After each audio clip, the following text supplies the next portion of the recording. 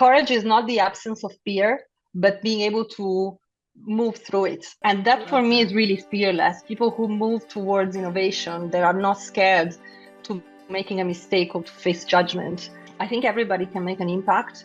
And I really truly believe that we all are here for a purpose. And it's just a question of when you discover, what your purpose is.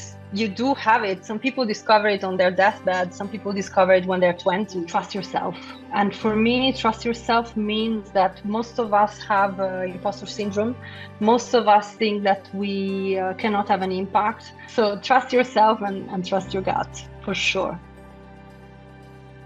Hi, everyone. Welcome to Hello, I'm Bossy, and I'm here today with Raffaella, who is a former senior leader at Boucheron and who chose to step into an entrepreneurship role to help organizations build healthier cultures and more human-centered leadership.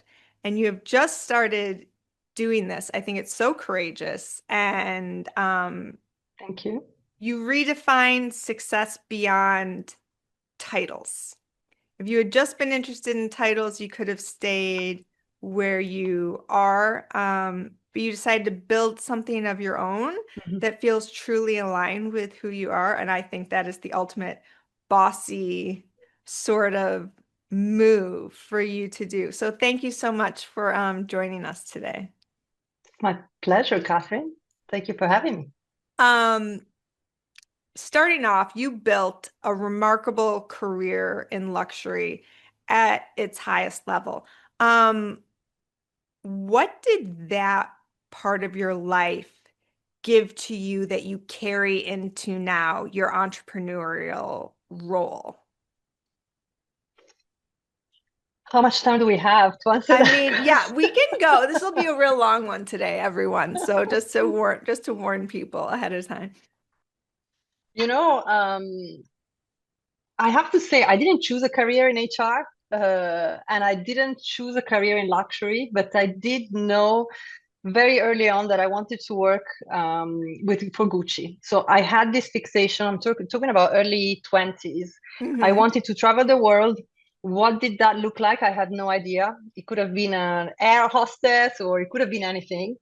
And Gucci, right? So I had these two things that were in my mind, and I think I've been very determined since I was young. And so when I had the focus on I want to work for Gucci, that's all I could think of. And eventually, I landed a job at Gucci, and I think it was a mix of skill, luck, everything together, as often happens in life. Yeah. And from there, I evolved, and that job took me to the Middle East. I had never been to the Middle East before, and never worked in the Middle East. And then it took me to Hong Kong, managing Asia Pacific, and then back to Paris in an HQ. And I think it was a mix of finding the right people that would give me the opportunities that were not necessarily there in terms of experience. And at the same time, me really grabbing, the opportunity and running with it.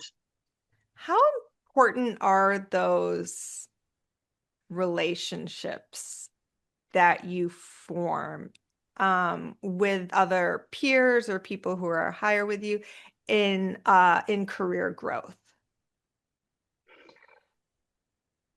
I'm not sure if the answer I'm going to give you is relevant to today, but in my time, and I'm talking about I entered the world of employment in the early 2000s.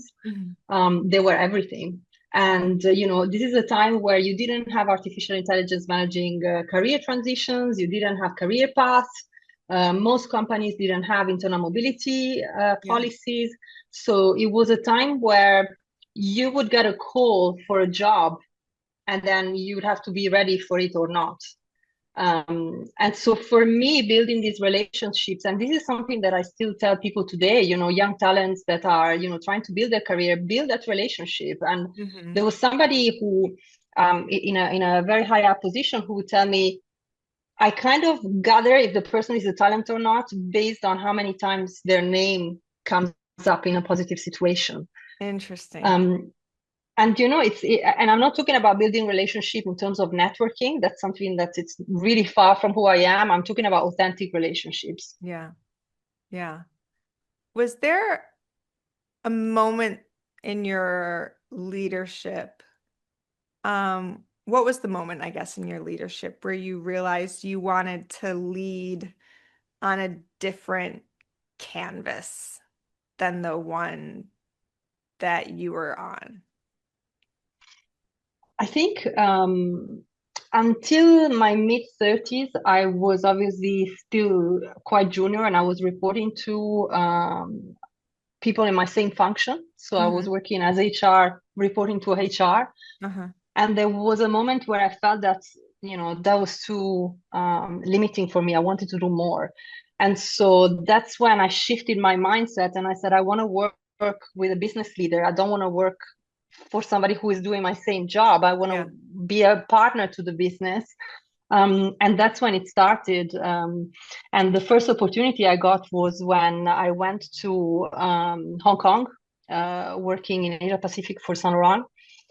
And I was reporting to somebody, and that was the first time that I could choose my boss because I knew who he was, and I was so happy to have the opportunity to work with him. I knew I would have had a lot of growth from that role, and I did. And that's when everything shifted. I went from being an executor to building a strategy next to the president of the region. You, and this is why I asked you to be one of the reasons I asked you to be on this podcast is you're so brave because you grew up outside of Venice. Yes. Um, and then traveled the world, like all these, not just staying in Europe and traveling around Europe, which would have still been an adventure, but went to the Middle East and went to China. What gave you the courage to be able to make those leaps of totally picking up your life and Mhm. moving it into a completely different culture and submersing yourself in that? Like you talk about being in China and how you grew so close to that culture. How are you able to do that? I one of the things I keep repeating, it's not my own quote, but I keep repeating it to people is that courage is not the absence of fear, but being able to move through it, right? Hmm. So make no mistake, before I left home to move to London when I was 23, 24, the Wow. night before I was crying in the toilet alone because I didn't want my parents to see how desperate I was because I knew if they'd see me cry desperately, they would say, okay, you know what? Stay at home. Everything Yeah. is fine. You have your food, you have your iron clothes. But I knew I wanted to do it. So I packed my bag. I had a limited amount of money at the time that I had saved during my student years. And I knew I could survive for a month in London. And for me, that was a make it or break it. Hmm. And so courage for me is not, oh, you're not scared of anything or you're fearless. No, you have fear. It's just that some people decide to not cross the line of fear, and some people decide to do it maybe because you're more comfortable with it. Yeah. I often think of my ex-boss as I told her, if you were born in another era, you would have been an explorer. And I that for love me that. is really fearless. People who move towards innovation, they are not scared to making a mistake or to face judgment. Hmm. And that's for me what makes the difference into leaving your hometown and trying something new and live the life that you're supposed to live, which is go to university, buy a house, get married, have children, and then live next to your parents, which is very honorable, and Right. it's just not the life for me. That I feel like you could have also been an explorer, but when you reached like your destination, you're like North Pole and planted your flag and you got this position that is so enviable by Mm, many people, you then uprooted and decided to go yes. explore the next place. What did you see in your future that made that uncertainty feel worth it? to go into a place of uncertainty again? Mm, mm. I think, a lot of people say that, but I live through it. I don't enjoy comfort zones.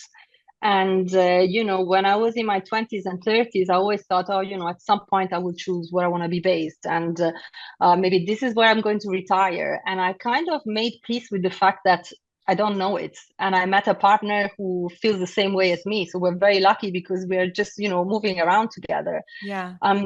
What I decided probably, I would say, I say before COVID, it feels like 2 years ago, but actually, no, it's 7 years ago. So It was the I time think, warp. Yeah. yeah, what happened? I think pre-COVID, I knew that I wanted to try something on my own, but then circumstances changed. I came across the Bushana venture, which was really one of the best things that ever happened to me. And so for me, it was a stepping stone to get to where I am today. And of course, never say never. So I might one day go back into corporate life, but this is not what I want today. And today it's about, exiting my comfort zone today means that going to another brand, doing the same things that I loved, by the way, to do in my previous company will not be enough anymore. I want to do something different and maybe bigger. And it Yeah. also comes from the fact that I think everybody can make an impact. And I really truly believe that we all are here for a purpose. And it's just a question of when you discover, what your purpose is. You do have it. Some people discover it on their deathbed. Some people discover it when they're 20s. You have these, 20-year-old climate activists that Yeah. are doing amazing things, and I'm thinking, God, 20 years old, I was probably, clubbing and thinking about boys. That's the most I could do, right? I know. I think I was like making coffee in a coffee shop at 20. But yeah. You have to start from somewhere. Yeah. Yeah. What strengths from your time at Boucheron did are like unexpectedly valuable that you Hmm. gained that you're going to bring into this new role or that became a part of who you are? Without, I mean, I don't want to talk too much about people, Yeah. but it was the first time I was reporting to a woman. And it was the first time that I saw that a different type of leadership is possible. And this person taught me that to be vulnerable is a strength. Yeah. Because when you are, and this is also our teacher, Brené Brown, who says that when you're in the center of the arena, you have the whole, arena looking at you and judging you and looking at every step that you make. And so it's a very courageous and vulnerable place to be. And so something that I had never done before, like admitting if I make a mistake or, doing the same for other people, helping them and being, vulnerable and asking for help. Hmm. It's something that creates strength and creates community around you. That for me was very valuable. And it doesn't, my ex-boss used to say, don't mistake my kindness for weakness. And I can assure you it's not weakness. Yeah. To be a woman CEO, you can imagine, Yeah. that you need to be a very, very strong person. So how can you have the two at the same time? That's something that I hadn't seen before. I think also, like when I first met you, you had a title attached to you and a company name attached to you.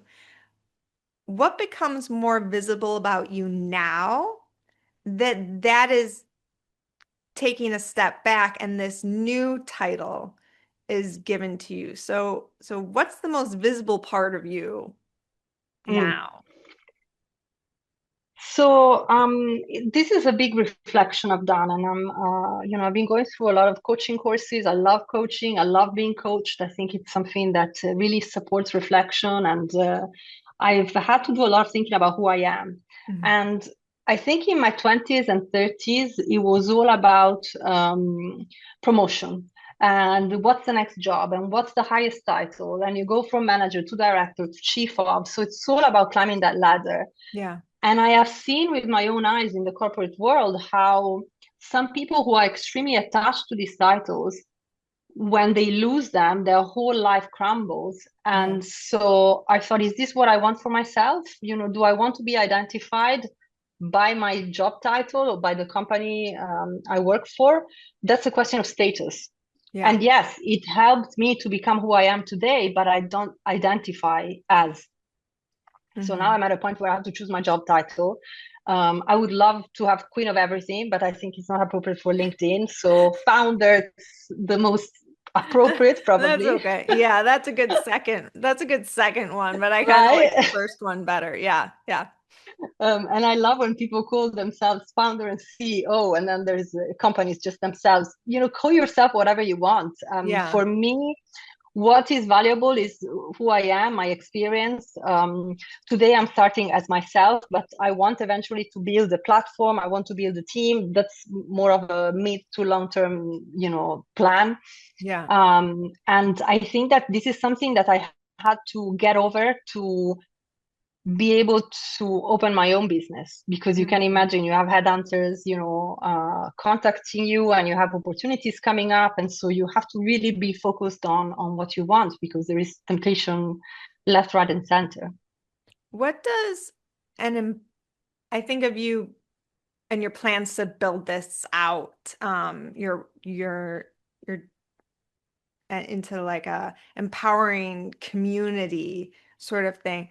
What does this look like for a woman who's building something new? Where there's a lot of on one of the platforms I'm working on, there's a lot of entrepreneurs and a lot of entrepreneurs watch who are women. Um, what does that look like to surround yourself? What does the community look like that you need to surround yourself with in order to do this? Mm. It's an interesting question, because someone end of last year, somebody told me, don't be shocked that when you will leave your corporate job, most of the people that are looking for you today will not be looking for you. And I was worried about that, it was at the back of my mind. But then I realized it's not true at all. Every day I have discussions such as this one that we're having. They're very authentic. And I realized that before, unfortunately, I really didn't have, I know it sounds horrible to say, but I didn't have time to Yeah. connect with people, because you're so sucked into your job that I could hardly talk to my mom at the end of the day. Yeah. So now I have time to connect with people. I have time for authentic discussions. And for me, the more I reach out, I feel that the more there are people that are reaching out, and there is really a huge amount of people, much more than I expected. They want to build a better world, and that are maybe, they don't want to say it because it sounds lame, or because it sounds like, it's not business oriented, or, it makes them feel silly. In fact, not at all. I think it's people who want to do something that is not great, they're very loud. Mhm. Whereas people who want to do good, sometimes they stay a little bit So more silent and true. reserved. Yeah. So let's be loud about it. I think of starting this podcast, around my daughter being called Bossy by a teacher and reaching out to women to be on it. Like when I reached out to you, I told you the story and I've told to other women. And it is interesting the response you get from some people like yourself and leaders at the Gates Foundation and all these people. You're all so busy. Um, but it's like an authentic sort of connection being made. And I think people reaching out to you still is such a testament to the authentic relationships that you decided to build based on that versus just the LinkedIn sort of connection of roles, because that does sometimes, if you base it off of roles, that changes like all the time for us. Um, Completely. and do you think that success becomes more internal as we mature? Like success when you were in your 20s looked like Gucci. What does it look like now to you? we were chatting on about that, last week. For me, I completely had to redefine what success means, because before it was more about external validation. So, what Mm. job title people give me, what company am I hired by? And today I work for myself, by myself. And so what does success look like? Is it financial reward? Is it the number of clients you work with? And for me, I had to think about what makes me happy. And of course, I don't live in a fantasy world. So yes, you need financial reward, but that's not Right. success. Success for me is building qualitative relationships and working with really the clients that I want to work with. And, I think it's something that comes with age, maybe. It's not necessarily building your own business, but you really appreciate quality over quantity. You go from from a space where you have 7, 8 meetings in a day to a moment where you have maybe 3 or 4, but they're really high quality ones. And you Mm-hmm. leave at the end of the day, I don't feel exhausted anymore. I actually feel recharged. And there are two types of people I believe in the world. I don't like binary, but let's go binary for a second. There are Yeah. the energy suckers and the energy givers. Yeah. And I've noticed that I naturally surround myself with energy givers if I'm given the opportunity. And that's the same thing I want to give to people. When we had our discussion the first time, you were for me an energy giver because Oh, I love that. you have so much enthusiasm about your project.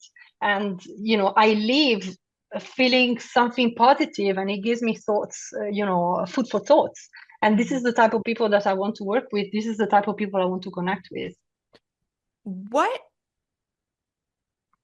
are you building now? What am I Because we building? have no, because we talked around it, but we haven't really described yet what you are building. Before you were in HR and you were helping with all of, the things that go into that, which are numerous and Yes. complicated and far-reaching. Um, so what is it now that you're doing? Okay, so I will try to be brief. um, You don't have to. I did a lot of thinking about what's my purpose, right? And why am I here? So I am quite concerned about the status of the world right now, and I'm referring specifically about climate. Mhm. How we are living this planet, how we're treating this planet, biodiversity loss, plastic pollution, and this we are starting to see the effects now. So it's finally becoming more concrete, even if science has been telling us that for more than 40 years. Yeah. And so my core question was, how do I come into play in this context? I'm not a climate activist. I don't have a scientific background in that, but I know how to build leaderships. I know how leadership capabilities. I know how to build cultures, healthy cultures. Yeah. And so I started to do a bit of research, went straight to the big four, because if the big four say something, then it must be true, right? Yeah. And there is this correlation between healthy cultures, performance, which is what business leaders care about, and performance is strongly correlated to climate action.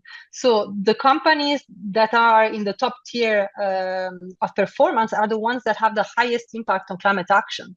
Hmm. So of course it's quite stretched as a connection, but Yeah. what I know how to do is leadership and culture. So why not put it to use and create healthy cultures? And eventually, if we want to use big words, climate and social development are really what I Yeah. care about. And I in a think nutshell, I want to leave this world better than how I found it. I Again, think not my quote.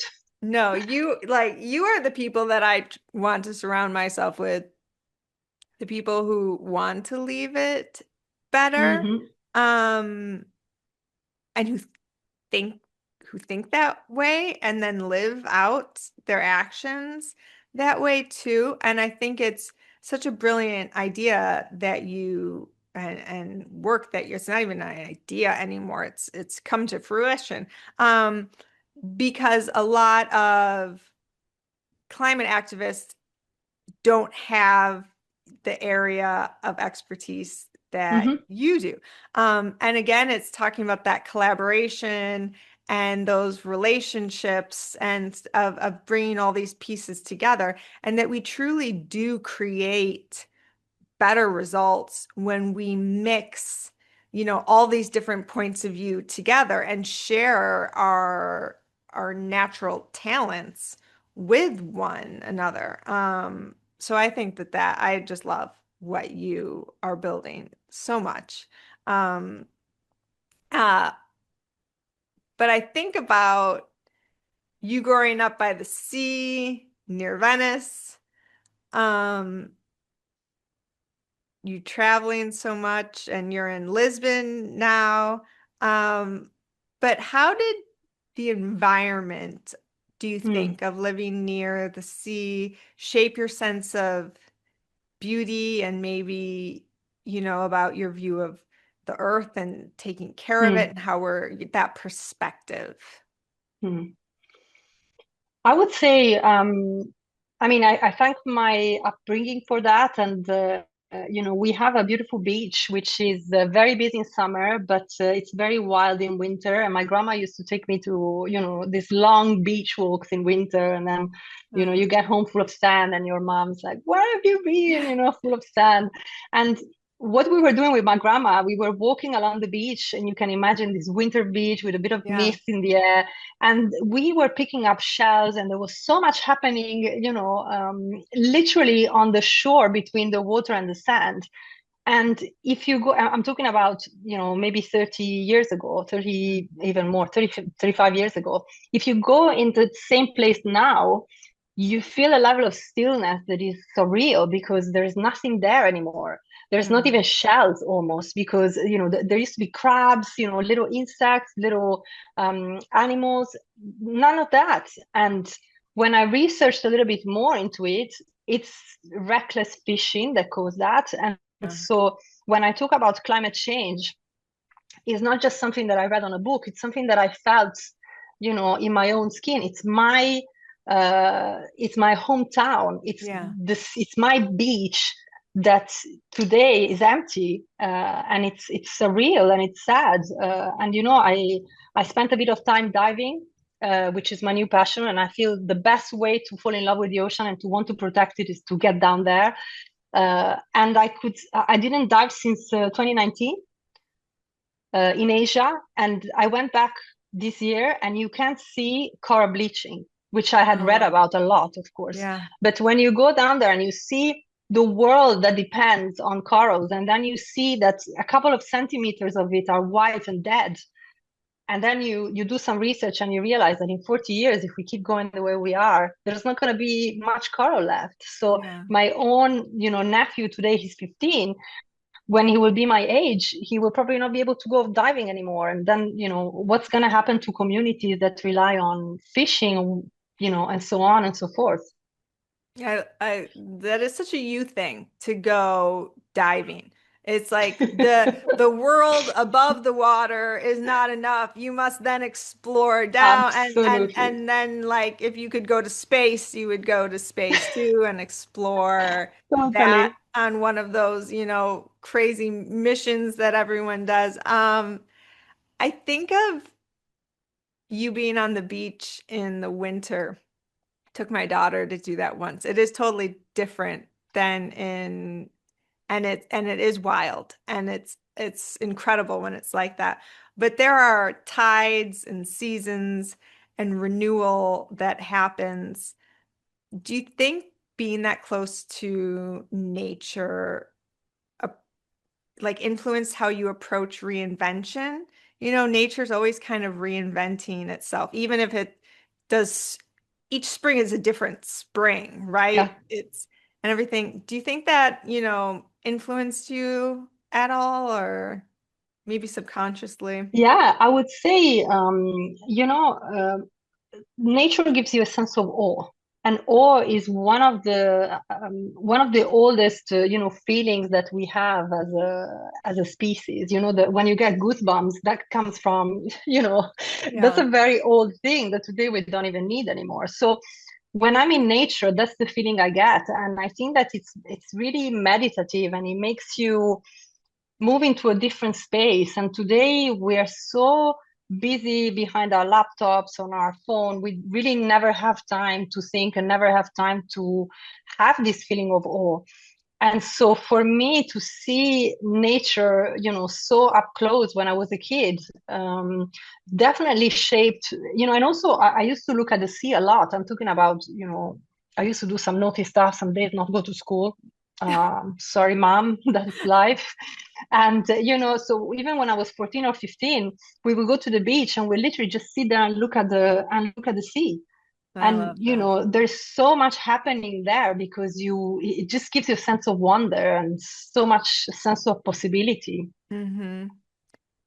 I think of you are a great example and leader for women. For I mean for men too, but I'm kind of speaking to women right now.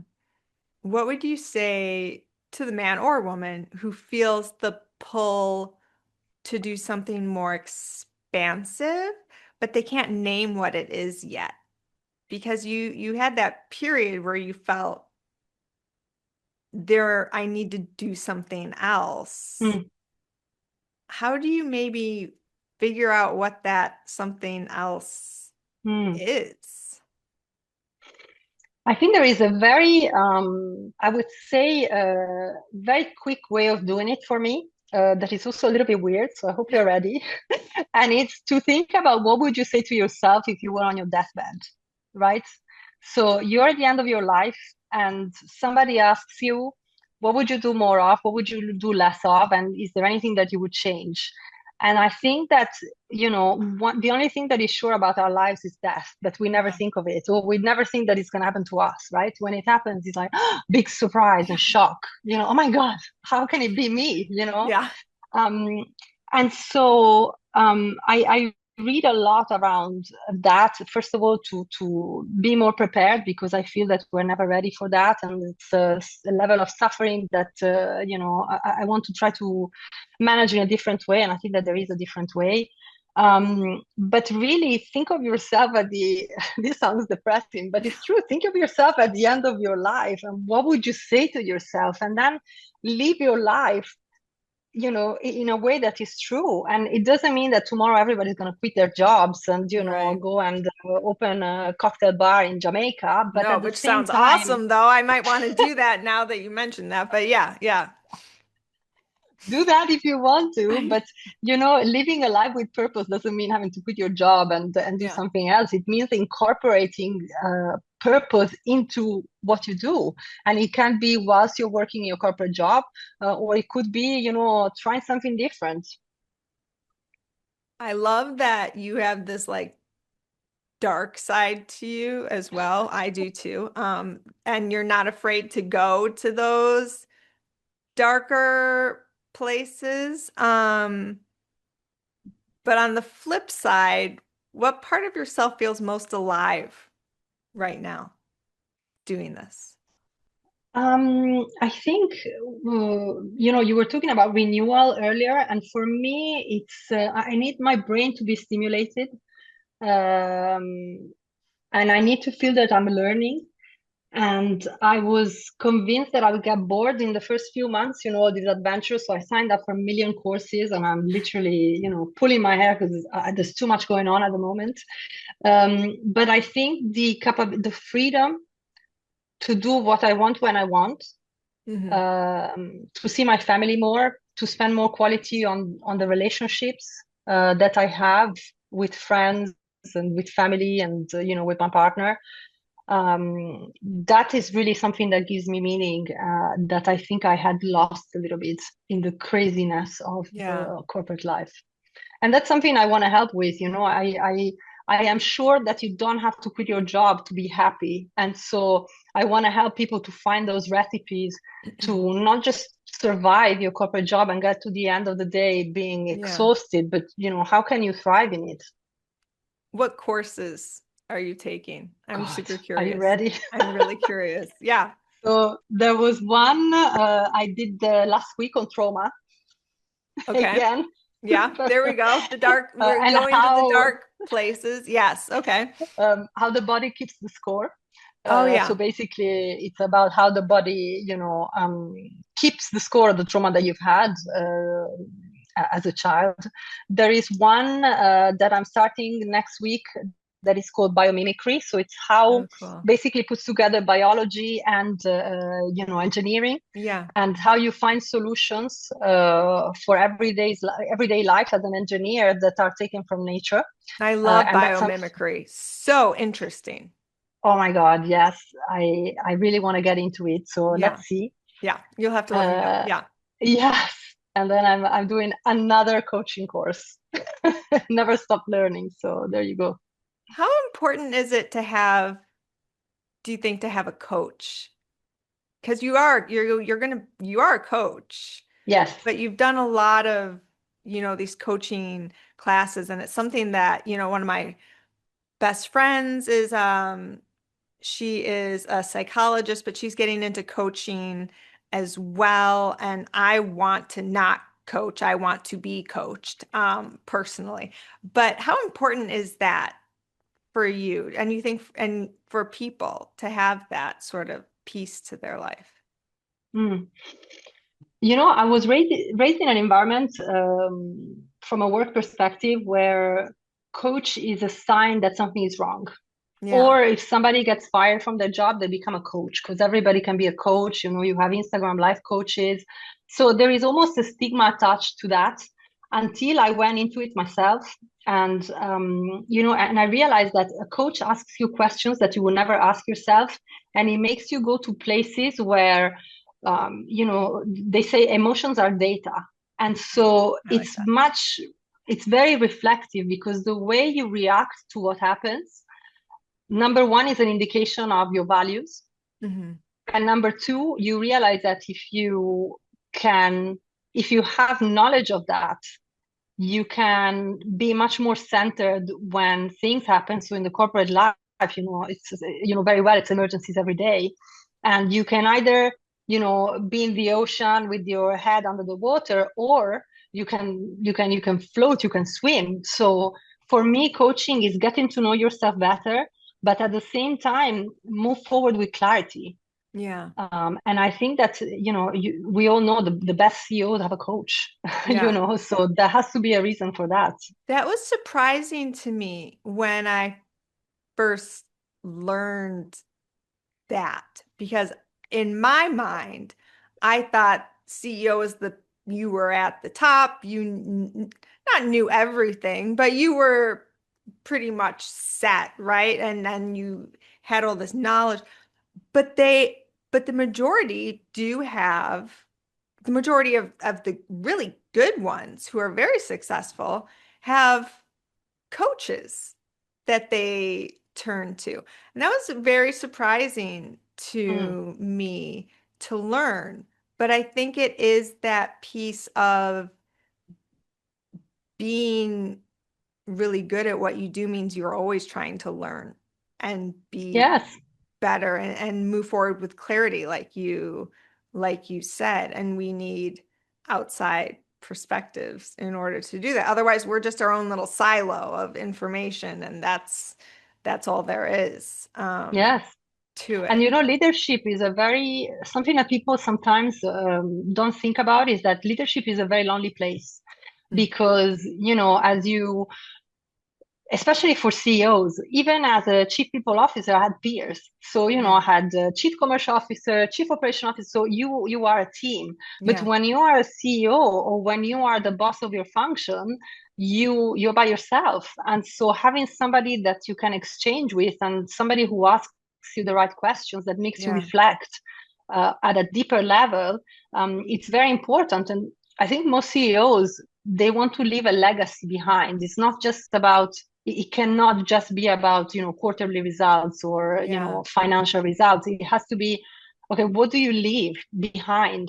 And yeah, I think that you need somebody that can be your coach, your therapist, whoever, who makes you reflect on that, because otherwise the truth is, you don't have time to make these kind of reflections on your own.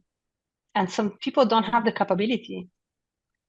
And that if this new chapter that you're entering is the truest expression of yourself so far, okay, what do you hope it allows you to give to the world Mm.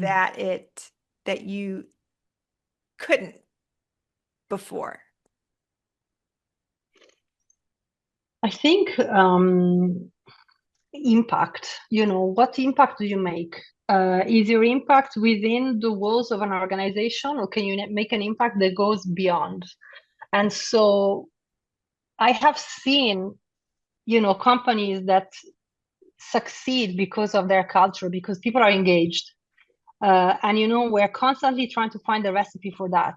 We're constantly, trying to be better than and thinking about competitive advantage with all other things, products and clienteling and so on. Yeah. If your people are not engaged, the truth is, these are the people who make the company. They make it or break it. So for Yeah. me, I want this impact to be larger than the walls of one organization. And of course, I will start, a little bit small, but Right. eventually I want to create a platform. I want to create a platform for people who want to have the same impact that I want, and I think that that's the only way that we can spread. What advice would you give to a woman or man who started with a, this one dream? You're in Mm. this town, you have this dream of Gucci and traveling the world, and you've done it. Hmm. And now you're doing even more than you dreamed of. What advice would you give in order for someone to be able to make that arch that Mm. it's like a rainbow? You Mm. started and you're here and you're beyond your dream. Hmm. How do you do Not that? yet, No, but not yet. Okay, well, you're beyond your original dream of absolutely, Gucci yes. and traveling. You have Hmm. done that. You have manifested that Yes.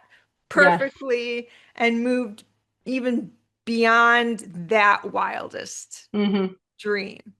Um, what advice would you give to be able to do that? The first thing that comes to mind is to trust yourself. And for me, trust yourself means that most of us have imposter syndrome. Most of us think that we cannot have an impact.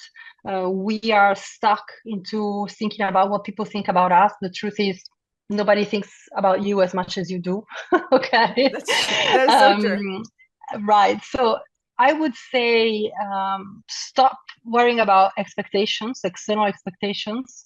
Trust yourself more. And one thing that maybe I wish I had done sooner, although I have no regrets, is to trust my intuition because again, I think that's something that comes a little bit with age. You shed all the clutter and the noise that Yeah. is not necessary. And when you start trusting your gut, and there's so much research which I didn't know before about the connection between your gut and your nervous system. Yeah. You realize that trusting your gut is not just a whimsical concept. It's something that is rooted in science. So Yeah. sometimes I wish I had trusted my gut more, and I mean, I already have. So God knows what would have happened if I had done that more, right? No, you would have been on the um, moon. Yeah, but right. So trust yourself and trust your gut for sure. thank you so much for joining me today. It is so fun to talk to you. It's fun to talk to you.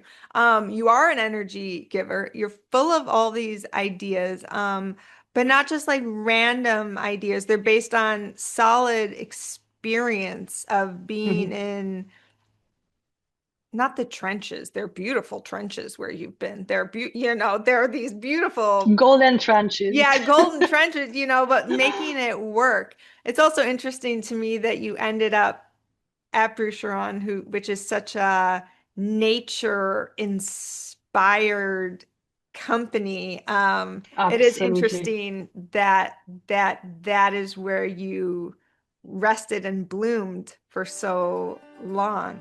Yes. And I can't wait to follow everything that you're doing now. It's going to be it's so exciting. It already is so exciting. And you will have to tell me about the biomimicry course too, because I will do. We will next week. Actually, yes. it's 4 weeks, so in a month I will let you. Okay, well, I'll try to get on your calendar then to talk about that. But thank you again for being so generous with your time today. Thank you so much, Catherine.